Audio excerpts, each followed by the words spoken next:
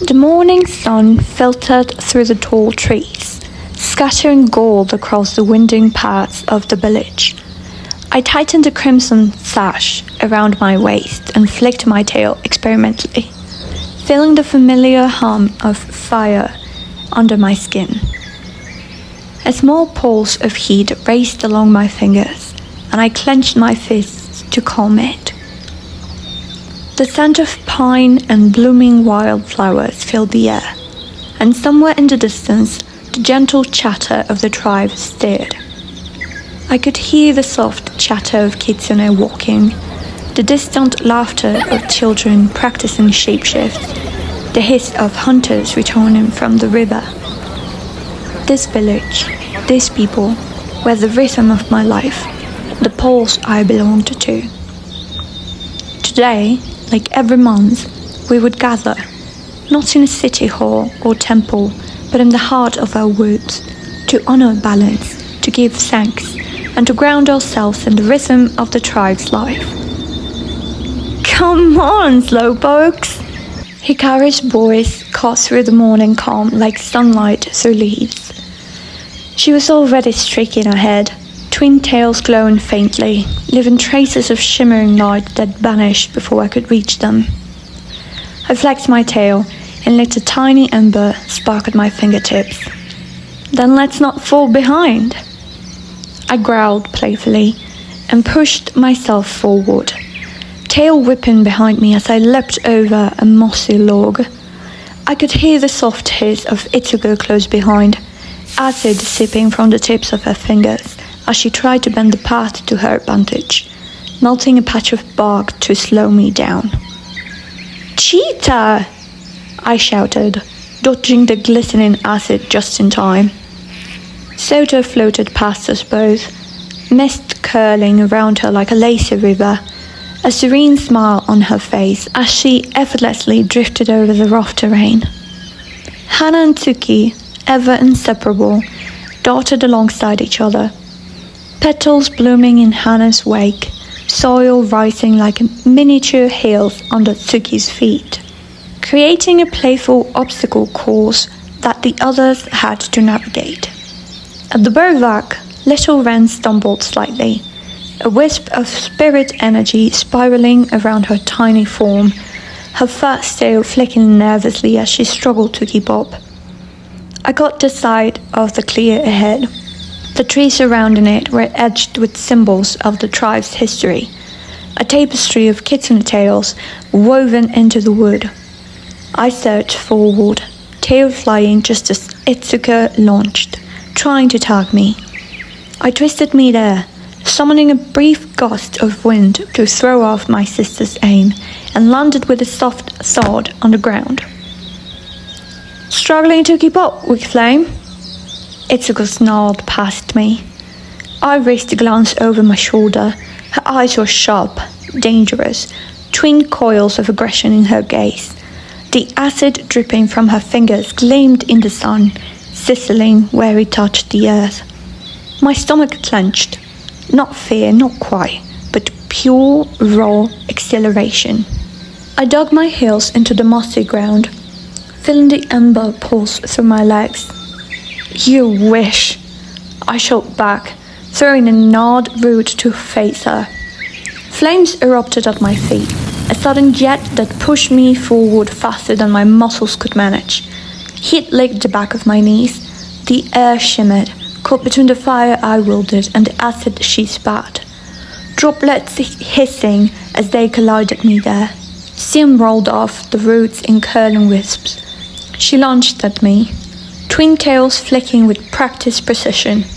I barely dodged, twisting midair, fire bursting from my fingertips to mark my path. The heat scorched my palms, but I didn't care.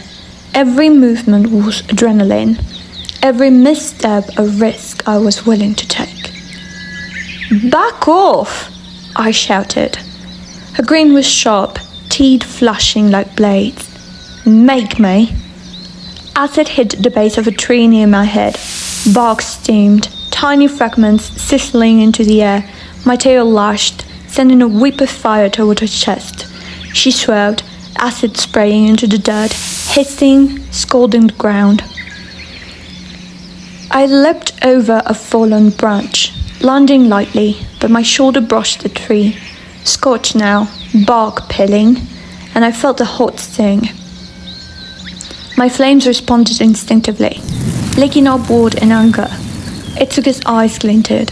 She knew I was reacting, knew I was burning with frustration. The air between us was thick with power.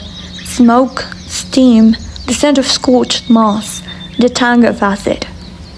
I could hear my heartbeat like a drum, loud in my skull. My vision flickered as I dodged another swipe of her hand, fire bursting ahead of me to push her back. Sparks flew where they collided. My tail twitched uncontrollably, threatening to send another flare. "Come on, you can barely keep up," Itsuka hissed, acid streaking toward me in a deadly arc. I dove to the side, rolling through a patch of flowers and soil raised by Hana and Tsuki. The petals brushed my face, delicate, soft, but barely noticeable over the roar of heat in my ears.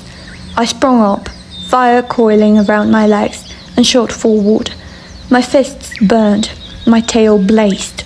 I wanted to win. I needed to win. She met me head on. Acid sprayed, scorching my shirt. I hit back with fire, molten droplets sizzling against her skin. We collided, and I felt her strength, sharp and controlled, pressing against mine. My fire hissed and roared, refusing to be contained. My heart jumped, every nerve screaming.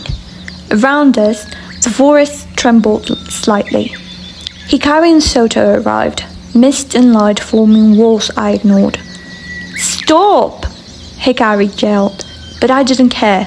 This wasn't about them. This wasn't about anyone else. It was just me and her, fire against acid. I felt my muscles tighten, sweat running into my eyes, flames coiling along my arms. I dodged another swipe, felt the heat of her acid droplets scald my cheek, my tail whipping around instinctively. Flames lashing like a living thing. I could almost hear her heartbeat, a rapid drum matching my own. Then the seam cleared. I crouched, chest heaving, tail swishing behind me, eyes locked on hers. Acid dripped from her fingers. She swiped at me again, and I hesitated.